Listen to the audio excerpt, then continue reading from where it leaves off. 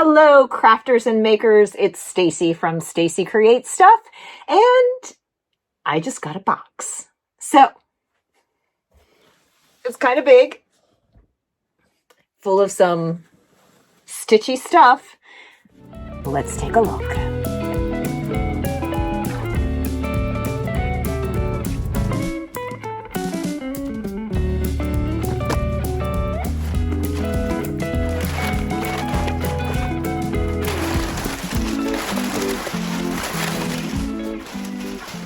All right, with the box open, let's take a look at what's inside.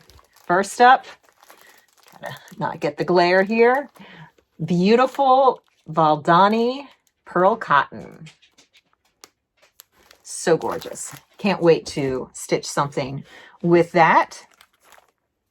Along the line of stitching, but not to go with that Valdani pearl cotton, is I have some DMC 28 count linen in a light blue. I do have a project in mind for this.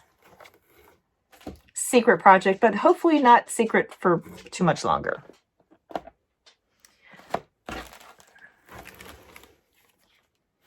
I also ordered some Cosmo cross stitch needles because I've been using tapestry needles, and so I'd like a blunter point. More blunt point. So those were highly recommended. They have a lace. This package has several different sizes. I think there's 7 needles in here. And I'm going to be trying out those. I like when I can try out a whole assortment of things. What other stitchy things do I have here? I do have some DMC floss. White, good old white. I think this is a red. Oh yes, brick red. Pull one out here. And brown, I think. Yes. These are the colors I use on my gingerbread man embroidery. So I am putting kits together. So those are to make up kits.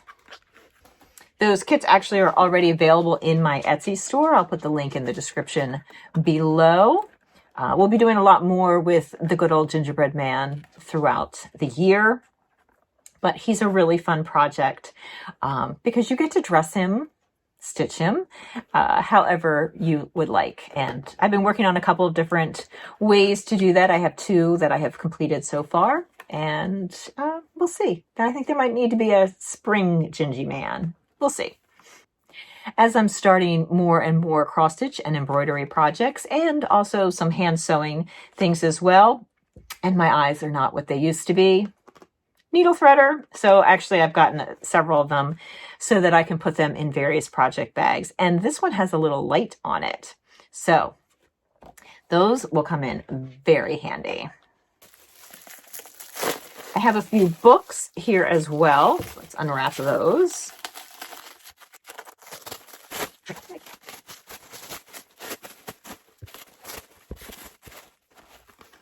First up, we have Embroidery Stitches A to Z.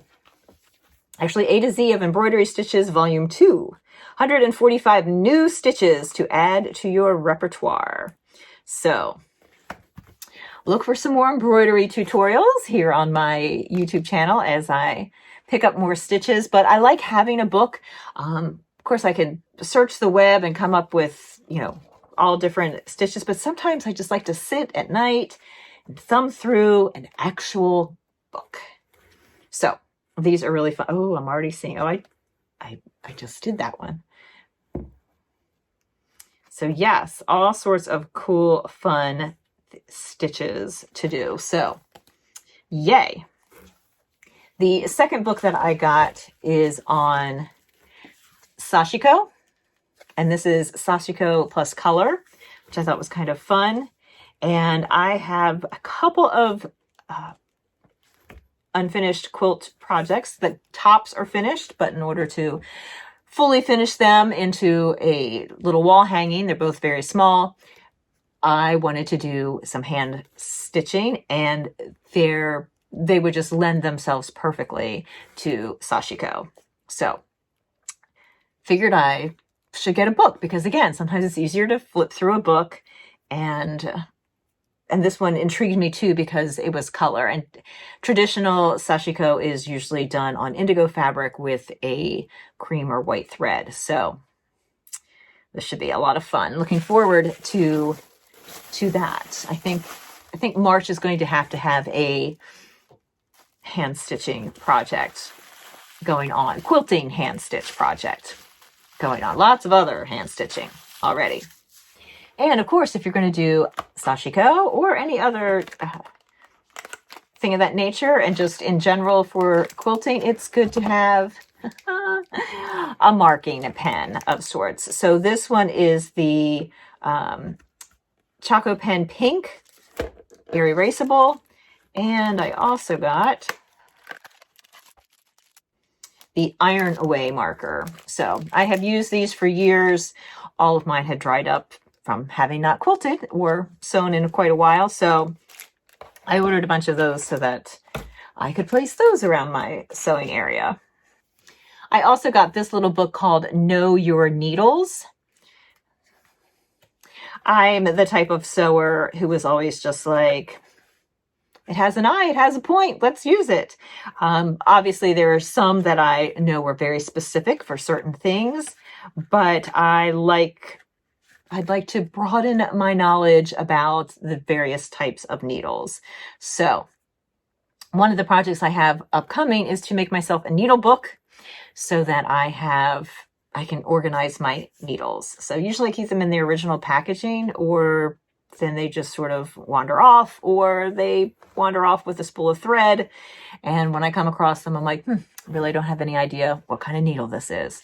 So this should be quite helpful and really help for my knowledge. To keep near my sewing machine, thread snips. I have a pair of scissors that I have there now. They're not really great. And, snipping threads all the time with your scissors, it can really dull them. So thread snips, definitely the way to go. Now, one of the issues I had on my last quilt that I quilted on my home machine was that it had bias triangles on the edge and they stretched, which meant that my quilt in the end did not lay flat. You can find out the whole story behind that saga, link in the description below, or a card I'll put up there for my quilting fail. It wasn't a total fail.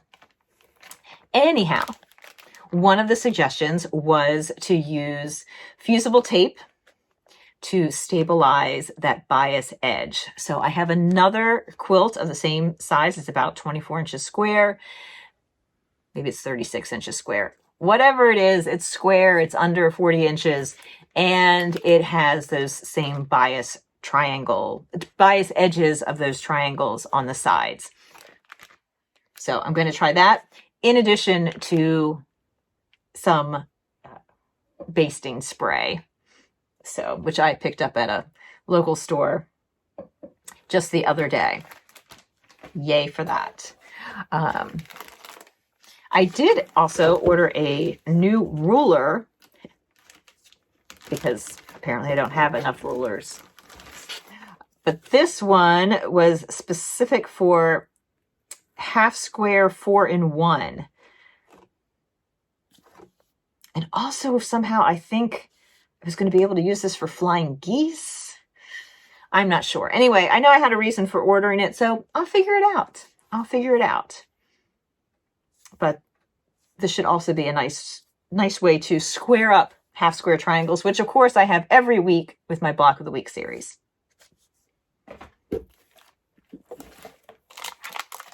Now, I had gotten a new mat, large mat recently, and one of the things to help keep your mat in good shape is to clean it.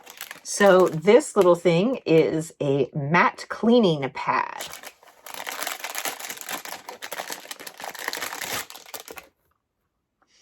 And it's a heart shape, how cute. And you just put it on and you rub it across your mat, and it helps get any of those little fibers that have gotten into where you've been cutting, because the mat can't heal if there's like fiber in there. So this is going to help with that. Anxious to use that before my mat gets too torn up. And speaking of mats, I also got myself an OmniGrid cutting mat that rotates. So this will help to square up block, so that I don't have to move the ruler and turn everything around. Now, I am an ambidextrous cutter, so I can actually cut with either my right or my left hand with the rotary cutter. But there's still times when, it's great for cutting either side, but if I want to cut the top and the bottom, this mat will help me rotate around. Plus, this will be good for traveling to places too, because it takes up a little less space than any of my big mats. And the last, but not least, thing that I have to show you is the felted wool pressing mat. Yay! I've seen lots of people using these, and I thought, yeah, that's a good idea. I need one of those. And now I have one. So this was my unboxing of quilty and stitchy things that have arrived. It happened to arrive today, March 1st, which is my birthday. So good timing. So I just chalk this up as presents to myself. And it's everything that I wanted. So that was the unboxing, and now I'm just going to catch you up on all the things I did this week. It was not quite as busy of a week as the previous couple of weeks have been, and that's probably a good thing. I need a little slower week to catch my breath before I charge ahead for the next month, because I have a lot of things planned for March. I did release a tutorial this week on how to make hexagons using your Cricut machine if you're into English paper piecing. So got those together. What's great about using your Cricut machine, of course, is that you can cut your hexagons the exact size you want. So you can make huge ones if you wanted to. That'd be kind of fun, maybe. And of course, I released that video this week because this week's block of the week was in Grandmother's Flower Garden Flower for my block of the week series, Patching the Hole in the Barn Door. And here's what that block turned out. So you can catch that whole video. Even if you're not planning to do all 12 blocks of the series, it's a great tutorial on how to do English paper piecing. Want a sneak peek of next week's block? That's a very, very tiny peek, I know. But if you want to know more about it, you can join my email list to get the instructions delivered straight to your inbox. They come out on Wednesday mornings, and then on Wednesday evening, the video premieres on how I constructed that particular block. So all of the blocks have a frame around the outside. That's the barn door, and this is the hole. So we're patching the hole with 12 different little 6-inch blocks.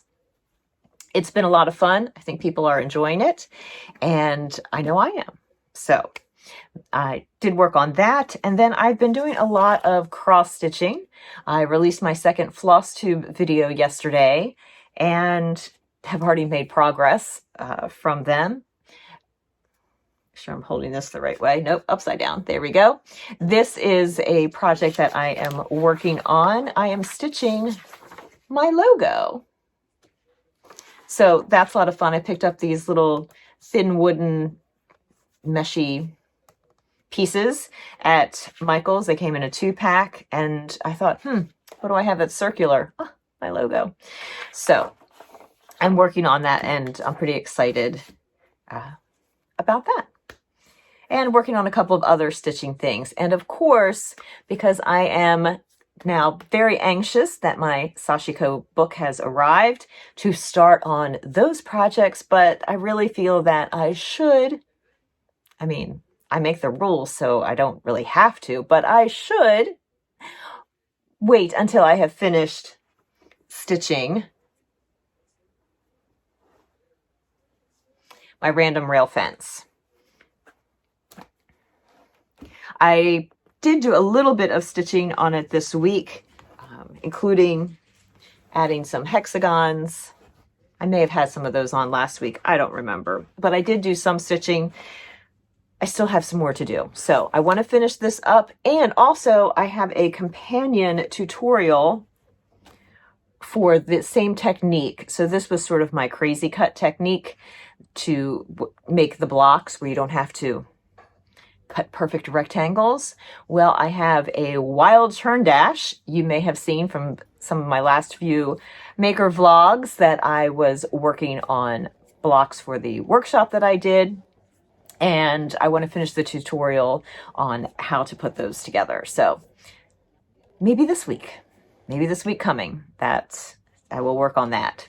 But I did do some sewing this week. I made myself a project case and I watched a bunch of videos, probably 25 or more videos on YouTube on all different kinds of project bags, all different types of construction methods.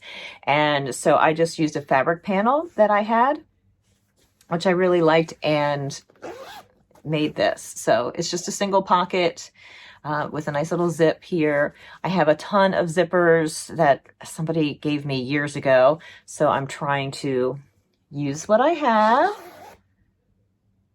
And that's why it's beige. It's not that would not really have been my color choice, but it was the closest thing I had in that particular size. And I also made this sweet little bag, also just playing around, no pattern. I kind of made it up as I went. And again, it's just a single little pocket thing. So not sure what I will use this for, but I'm sure I'll come up with something. A group that I belong to, we Zoom weekly, and I was showing my friends, and one of them said, "Oh, that would be so perfect for when I travel with my contacts." So having a little bottle of solution, a little contact case, it just kind of keeps everything together. So yeah, lots of possibilities. So that has been my week, my dear stitching friends, and I hope that you were able to get some stitches in this week of whatever type of needlecraft you do. I will be back next week with a new Makers vlog, possibly in between that time, a tutorial or two. Certainly the next block of the week will premiere on Wednesday evening, and if I get a lot of cross-stitching done, there'll be another floss tube next Friday. So if you are liking my channel, I would love if you would subscribe. Just click the button below, hit the bell for notifications. And if you liked what you saw in this video, please give it a thumbs up. And what kinds of things would you like to see more of? What kind of tutorials? Please leave a comment. I know that was like a lot of call to actions all in one segment here, but you know, I love getting your feedback.